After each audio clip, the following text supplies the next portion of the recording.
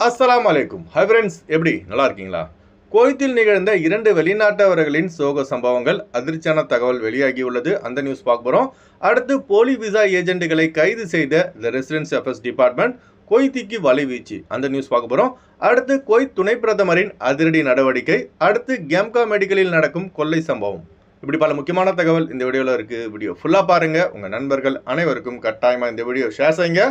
இப்போ வாங்க குவைத்துடைய மிக முக்கியமான நியூஸை பார்ப்போம். குவைத்தில் 2 சோக சம்பவங்கள் நடந்துள்ளதுங்க. ஒன்று, கெப்தில் உள்ள பூங்காவிற்கு தனது ஸ்பான்சரின் குடும்பத்துடன் சென்ற வீட்டு பணிப்பெண் வீட்டை சுத்தம் செய்ய பயன்படும் கெமிக்கல் லிக்விடை குடித்து ஆபத்தான நிலையில் ஃபர்மனியா ஹாஸ்பிட்டலில் ஐசியூவில் சிகிச்சை பெற்று வராங்க.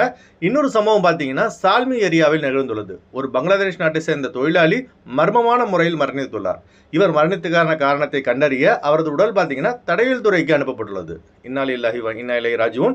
குவைத் மட்டும் இல்லைங்க, சவுதி, கத்தார், பஹ்ரைன் இப்படி வீட்டு தொழிலாளர்கள் வேலைக்கு போறவங்களுக்கு நிறைய மன கஷ்டம் மற்றும் பிரச்சனைகள் ஏற்படுகிறது. இதையெல்லாம் யாரிடம் சொல்லி சரி செய்வது என வழி தெரியாமல் பல பேர் இந்த மாதிரியான தவறான முடிவு எடுக்கிறாங்க. இந்த மாதிரியான சம்பவங்கள் எல்லாம் கேள்விப்படும் போது மனசுக்கு ரொம்ப வேதனையா இருக்குங்க. உங்களுக்கு குவைத்தி வீட்டில் பிரச்சனை என்றால் உடனே உங்கள் நாட்டின் எம்பசியை தொடர்பு கொண்டு எனக்கு பிரச்சனையா இருக்கு, வேலை செய்ய முடியலன்னு சொல்லிடுங்க. இல்லை என்றால் லேபர் கோர்ட்டில் சொல்லுங்க. அதை விட்டுட்டு தவறான முடிவை மட்டும் எடுக்காதீங்க. உங்களுடைய மரணம் உங்களை சார்ந்தவர்களை எந்த அளவுக்கு பாதிக்கும் என்பது சொல்ல வார்த்தைகள் கிடையாது. அதனால தவறான முடிவை மட்டும் எடுக்காதீங்க. அடுத்த தகவல், குவைத்தில் உள்ள ஃபைலகா தீவில் அரசு இடங்களை ஆக்கிரமிப்பு செய்து கட்டப்பட்ட அனைத்து இடங்களையும் குவைத்துடைய துணை பிரதமர் மற்றும் உள்துறை அமைச்சர் ஷேக் ஃபஹத் யூசுப் அல் சபா அவர்கள் அப்புறப்படுத்த காவல்துறை அதிகாரிகளுக்கு உத்தரவை பிறப்பித்துள்ளார்கள். இப்போ நீங்கள் பார்த்துட்டு இருக்கீங்களா, இந்த வீடியோ தாங்க அது. மினிஸ்டர் ஆஃப் இன்டீரியர் தனது அதிகாரப்பூர்வ எக்ஸ்தலத்தில் இந்த வீடியோ வெளியிட்டுள்ளது. அரசு சொத்துக்களில் யாராவது அத்துமீறல் செய்தால் பாரபட்சம் பார்க்காமல் அவர்கள் மீது கடுமையான நடவடிக்கைகள் எடுக்கப்படும் என உள்துறை அமைச்சர் அவர்கள் எச்சரிக்கை விடுத்துள்ளார்கள். அடுத்த தகவல், விசா வர்த்தகத்தில் ஈடுபட்ட சிரியா, எகிப்து மற்றும் ஏசியா நாடுகளை சேர்ந்த 6 பேர் கொண்ட கும்பலை த ரெசிடென்சி அஃபேர்ஸ் டிபார்ட்மெண்ட் கைது செய்து தீவிர விசாரணை மேற்கொண்டு வருகிறது.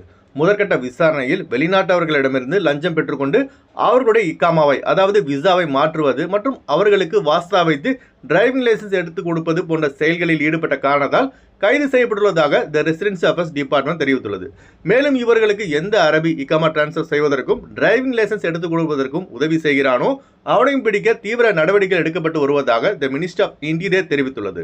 அதுபோல குவைத்தில் தற்போது போலி விசா ஏஜென்ட்டுகள் அதிகமாயிட்டாங்க. அதனால் குவைத்திற்கு புது விசாவில் வருபவர்கள் அதிக எச்சரிக்கையாக இருங்க. பணம் கொடுத்து ஏமாறாதீங்க. குவைத் விசாவை பொறுத்தவரை அதிகமாக ஸ்கேம் நடக்குதுங்க. அதுபோல் சில மெடிக்கல் சென்டர்லையும் ஸ்கேம் நடக்குது. மெடிக்கல் அப்பாயின்மெண்ட்டு 1500 ரூபாய், மெடிக்கல் சென்டரில் 7500 ரூபாய் கட்டணும். சரி, இவ்வளோ காசையும் கொடுத்து மெடிக்கல் ஃபிட்டுன்னு கொடுப்பாங்கன்னு பார்த்தா அதுவும் கிடையாதுங்க.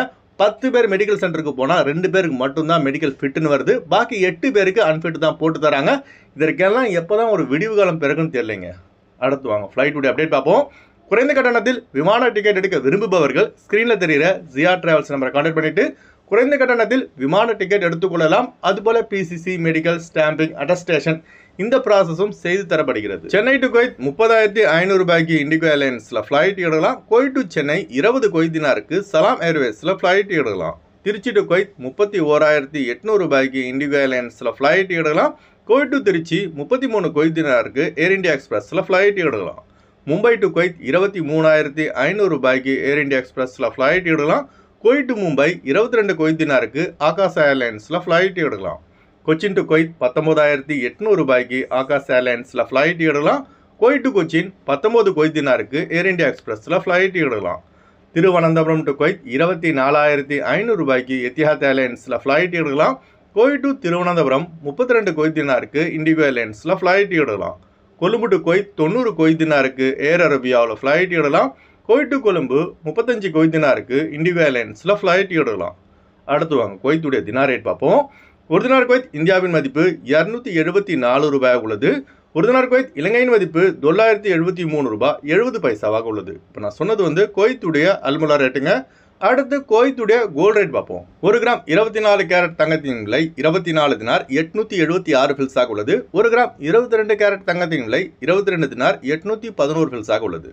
ஓகே ஃப்ரெண்ட்ஸ், இந்த வீடியோ அதிகமாக ஷேர் செய்யுங்க. இந்த வீடியோ சம்மந்தமாக நீங்கள் என்ன நினைக்கிறீங்கன்னு மறக்காமல் கமெண்ட் பாக்ஸில் பதிவு செய்யுங்க.